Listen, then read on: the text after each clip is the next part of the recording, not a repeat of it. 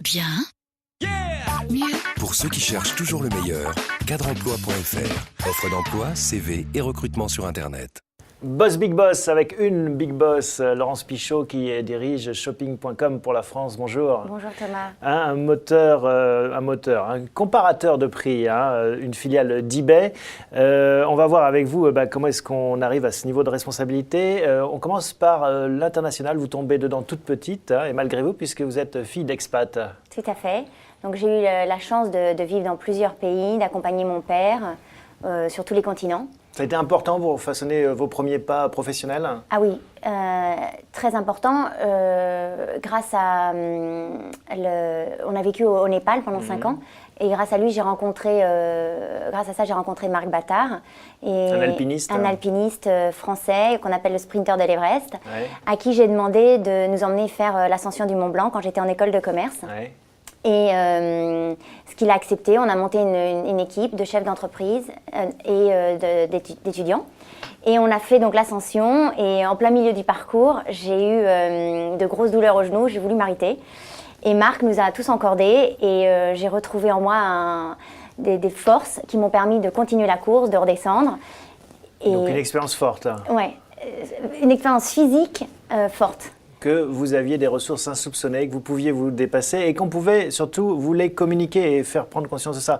J'imagine que ça vous inspire en tant que manageuse au quotidien. Bah, tout à fait, parce que Marc m'a montré qu'on est capable de puiser en soi des ressources supplémentaires. Et donc moi, tous les jours, avec mes collègues, ce que j'essaye de faire, c'est quand ils ont des difficultés, plutôt que de leur trouver la solution, de faire le travail pour eux, bah, je pose les questions pour qu'eux-mêmes trouvent la solution à leurs problèmes. Donc l'international, le Népal, vous avez étudié aux États-Unis, vous avez travaillé en Angleterre. Enfin bon, ce côté international, cette dimension internationale, c'est important pour vous. C'est capital. Vous n'êtes pas malheureuse en restant à Paris maintenant Alors, il faut voir que Paris, c'est un retour. J'ai 13 ans d'expérience professionnelle, dont 3 en France. Et c'était un choix personnel de rentrer en France. Mais j'ai quand même choisi shopping.com, qui, comme je l'ai dit, est une filiale d'eBay, qui est une boîte américaine. Qui permet de continuer à entretenir ce lien. Vous faites donc des études qui vous mènent à Houston pour faire un MBA, donc aux États-Unis. Et là, vous découvrez le monde du pétrole. En fait, c'est Dallas un peu, on imagine ça comme ça. Et c'est ce qui vous donne envie, paradoxalement, de rentrer dans le numérique. Expliquez-moi. Tout à fait. En fait, je me suis rendu compte quand on travaille dans l'industrie pétrolière, c'est des business plans sur 30 ans, c'est des négociations avec des ministres, c'est des négociations interminables. Et moi, j'avais besoin de quelque chose d'un peu plus rapide. Vous êtes plus punchy, plus dynamique. Voilà. Donc, j'ai volontairement en fait recherché un emploi dans les télécoms après le pétrole. Et là, ça satisfait ce besoin de dynamisme, cette frénésie numérique qui fait que ça évolue tout le temps? C'est sans arrêt, c'est une évolution permanente, c'est des réorganisations constantes, c'est une remise en question permanente. Pas trop vite, justement? Parfois. Surtout quand on est une jeune femme, qu'on doit concilier la vie de jeune maman avec ce monde qui bouge très vite. Comment est-ce que vous faites? J'essaye de prioritariser, de me concentrer sur les 80% de choses qui vont me rapporter 100% de réussite, investir 20% pour en avoir 80%. Donc toujours faire des choix tout au long de la journée, se dire tiens, ça j'ai pas le temps, je le ferai. Ouais, c'est ça.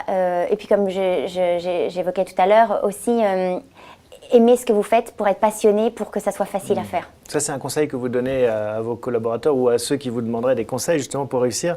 Oui. Donc, aimer ce qu'on fait. Aimer ce qu'on fait, travailler beaucoup. Et puis, aimer ce qu'on fait, ça aide à travailler beaucoup. Et bien évidemment, parce qu'à partir du moment où vous aimez ce que vous faites, c'est plus du travail, c'est du plaisir. Vous y êtes à 100% avec le cœur. Et puis vous étincelez. Et donc, il faut trouver l'entreprise qui correspond à ce qu'on aime faire. Voilà, exactement. Il faut trouver l'entreprise où l'environnement culturel correspond à votre propre culture, les rythmes de personnalité. Et vous avez mis du temps à la trouver? C'était facile? Est-ce que vous raisonniez comme ça?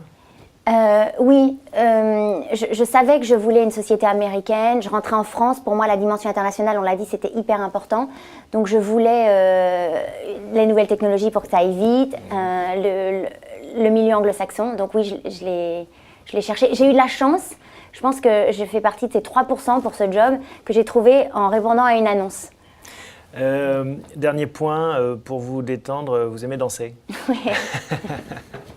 Et ça permet justement d'utiliser cette énergie aussi. Voilà. Racontez-nous. Alors, écoutez, je fais de la danse de salon. Ouais. J'ai commencé aux États-Unis, la compétition de danse. Et puis quand j'ai rejoint l'Angleterre, à l'époque, c'était pas à la mode. Donc j'ai monté un cours de danse pour pouvoir continuer à faire de la danse. Et encore maintenant, à Paris? Là, avec le bébé, c'est un peu plus calme. Ça sera plutôt le yoga pour l'instant. Voilà. Merci en tout cas, Laurence Pichon, de nous avoir rendu visite. Et puis bon vent donc pour ces nouvelles responsabilités qui sont les vôtres. À Merci bientôt. Thomas.